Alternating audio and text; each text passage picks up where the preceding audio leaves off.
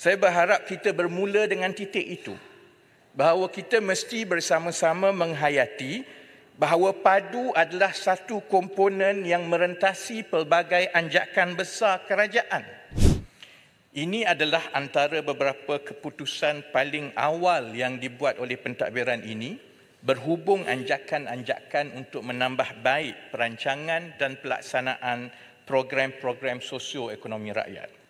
Satu masalah utama ialah untuk mengemaskini data yang memakan masa yang panjang dan sebenarnya walaupun tidak disebut menelan belanja yang besar.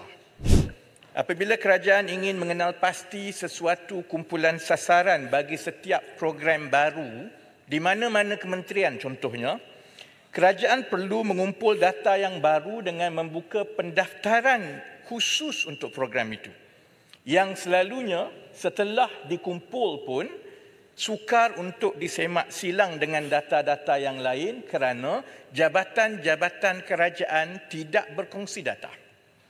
Akhirnya, perkara ini berulang dan berleluasa dan kita terus berhadapan dengan masalah utama program-program sosioekonomi kerajaan, iaitu masalah keciciran, dengan izin Datuk Yang di-Pertua, inclusion or exclusion errors. Orang yang patut dapat, dia tak dapat.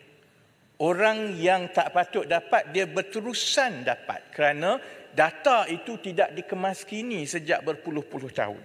Keadaannya berlaku kerana apabila setiap sistem yang dibangunkan kerajaan melibatkan pangkalan data yang berasingan, kerana sistem dibangunkan secara silo dan tidak bersepadu, kos pembangunan setiap sistem itu di jabatan yang berlainan akan melibatkan kos dengan izin back-end, iaitu kos pangkalan data di belakang, dan juga kos yang disebut sebagai kos front-end, iaitu aplikasi web, aplikasi mobile, laman web dan sebagainya.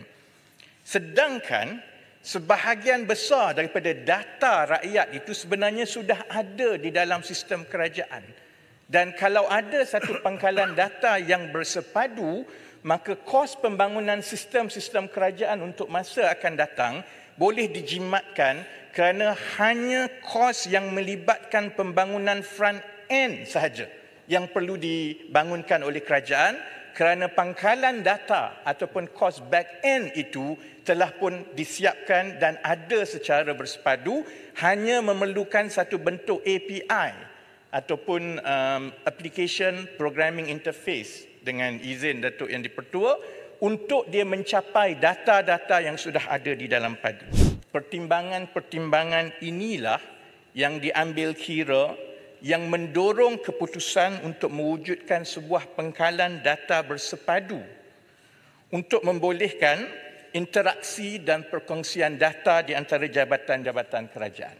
Kewujudan pangkalan data ini yang kini dikenali sebagai padu membolehkan kerajaan mempercepatkan peralihan kepada kerajaan digital berteknologi tinggi yang disebut sebagai GovTech, yang merupakan asas yang cukup penting untuk kita menstruktur kembali ekonomi kita ke arah menarik pelaburan dan kepakaran di dalam bidang digital dan teknologi.